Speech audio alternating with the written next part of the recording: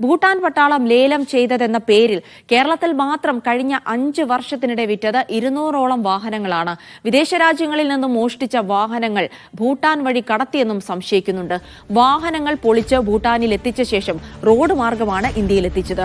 പരിവാഹൻ സൈറ്റിലടക്കം ക്രമക്കേട് നടത്താൻ മോട്ടോർ വാഹന വകുപ്പ് ഉദ്യോഗസ്ഥർ കൂട്ടുനിന്നു. സിനിമാ താരങ്ങൾ അടക്കമുള്ളവരെ ഇടനിലക്കാർ തെറ്റിദ്ധരിപ്പിച്ചെന്നും കസ്റ്റംസ് കണ്ടെത്തിയിരിക്കുന്നു.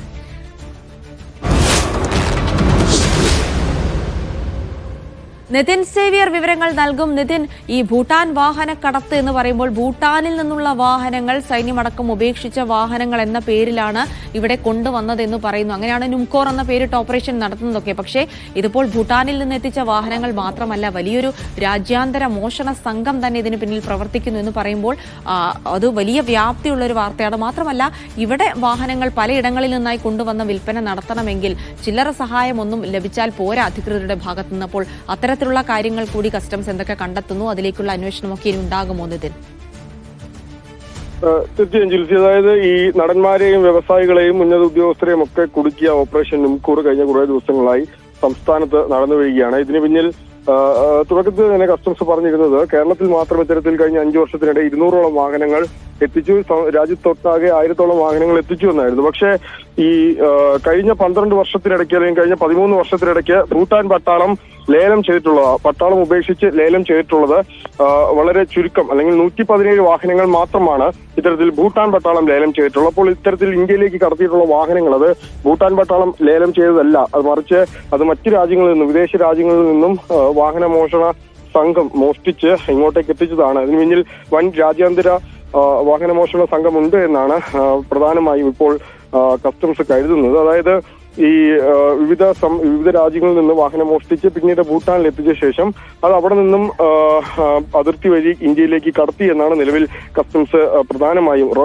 ഭൂട്ടാൻ റോയൽ ആർമിയുടെ പേരിൽ ഇന്ത്യയിലേക്ക് കടത്തിയെന്നാണ് പ്രധാനമായും കസ്റ്റംസ് ഇപ്പോൾ സംശയിക്കുന്നത്. റോയൽ ഭൂട്ടാൻ ആർമി പർവ്വത മേഖലയിൽ പട്രോളിംഗിന് ഉപയോഗിക്കുന്ന ഓഫ് റോഡ് വണ്ടികൾ ഈ 3 വർഷത്തിൽ കൂടുതൽ അവർ നിലനിർത്താറില്ല. അതിന്റെ ഭാഗമായി അവർ ആ വാഹനം ലേലം ചെയ്യുകയും ചെയ്തിട്ടുണ്ട്. പക്ഷേ ഇന്ത്യയിൽ ഇത്തരത്തിൽ ഭൂട്ടാൻ ആർമിയുടെ എന്ന പേരിൽ വിറ്റഴിക്കപ്പെട്ട വാഹനങ്ങളിൽ വളരെ ചുരുക്കം മാത്രമാണ് ഭൂട്ടാൻ ആർമി ലേലം ചെയ്തിട്ടുള്ളവ. ബാക്കിയൊക്കെ തന്നെ മറ്റ് സംസ്ഥാനങ്ങളിൽ നിന്നും അല്ലെങ്കിൽ മറ്റ് വിദേശ രാജ്യങ്ങളിൽ നിന്നും വലിയ രാജ്യാന്തര മോഷണ സംഘം ഇത്തരത്തിൽ വാഹനം മോഷ്ടിച്ച് കൊണ്ടുവന്നതാണ് എന്നാണ് കസ്റ്റംസ് പ്രധാനമായും കരുതുന്നത്. ഒപ്പം തന്നെ വണ്ടികൾ വാങ്ങി 6 മാസം കഴിഞ്ഞിട്ടും സ്വന്തം പേരിലേക്ക് മാറ്റാത്ത ഉടമകളെ കസ്റ്റംസ് പ്രത്യേകം തന്നെ നിരീക്ഷിക്കുന്നുണ്ട്. വിദേശ രാജ്യങ്ങളിൽ നിന്നടക്കം മോഷ്ടിക്കുന്ന വിലമതിക്കുന്ന കാറുകൾ പൊളിച്ച് ഭൂട്ടാനിൽ എത്തിച്ചാണ് പിന്നീട് റോഡ് മാർഗം ഇത്തരത്തിൽ കേരളത്തിലേക്ക് ഭൂട്ടാൻ അതിർത്തി വഴി ഇന്ത്യയിലേക്ക് കടത്തുന്നതെന്നാണ് കസ്റ്റംസ് കണ്ടെത്തിയിട്ടുള്ളത്. ഹിമാചൽ പ്രദേശിലെ ചമ്പ ജില്ലയിലാണ് റാക്കറ്റിന്റെ വെയർ ഹൌസ് എന്നും ഇപ്പോൾ ഇവർ കണ്ടെത്തിയിട്ടുണ്ട്. ഇപ്പൊ ഹിമാചൽ പ്രദേശിലെ ഷിംല റൂറലിലാണ് വണ്ടികൾ ഭൂരിഭാഗവും രജിസ്റ്റർ ചെയ്യുന്നത്. അതോടെ HP52 എന്ന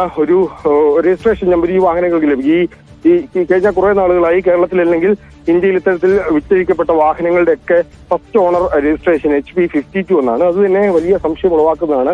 ഒപ്പം തന്നെ ഇത്തരത്തിൽ മോട്ടോർ വാഹന ഉടമകളുടെ വലിയ തോതിലുള്ള മോട്ടോർ വാഹന വകുപ്പിന്റെ വലിയ തോതിലുള്ള ഒരു സഹായം ഇത്തരത്തിൽ ലഭിച്ചിട്ടുണ്ടെന്നും മോട്ടോർ വാഹന വകുപ്പിന്റെ ഉദ്യോഗസ്ഥർ ഇവരെ കൃത്യമായി സഹായിച്ചിട്ടുണ്ടെന്നും പ്രത്യേകിച്ച് പരിവാഹൻ സൈറ്റിലടക്കം വലിയ തോതിൽ ക്രമക്കേട് നടത്താൻ ഇവരെ സഹായിച്ചിട്ടുണ്ടെന്നും കണ്ടെത്തിയിട്ടുണ്ട്. അത്തരത്തിൽ ഈ വാഹനം വാങ്ങിയ ഇടനിലക്കാർ അല്ലെങ്കിൽ വാഹനം വിറ്റ ഇടനിലക്കാർ ഈ വാഹനം വാങ്ങിയ നിലവിലെ ഉടമകളെ അടക്കം ഈ തെറ്റിദ്ധരിപ്പിച്ചാണ്. പ്രത്യേകിച്ച് റഷ്യൻ എംബസിയുടെയും ഇന്ത്യൻ ആർമിയുടെയും എന്നൊക്കെ വാഹനം, വിവിധ രാജ്യങ്ങളുടെ എംബസികളുടെയൊക്കെ വാഹനം എന്ന പേരിൽ ഈ ആളുകളെ തെറ്റിദ്ധരിപ്പിച്ചാണ് ഇത്തരത്തിൽ വാഹനം വിറ്റതെന്നുമാണ് നിലവിൽ കസ്റ്റംസ് കരുതുന്നത്. ഏതായാലും കൂടുതൽ അന്വേഷണത്തിലേക്ക് പോകാൻ തന്നെയാണ് കസ്റ്റംസിന്റെ തീരുമാനം. ജിൽസി.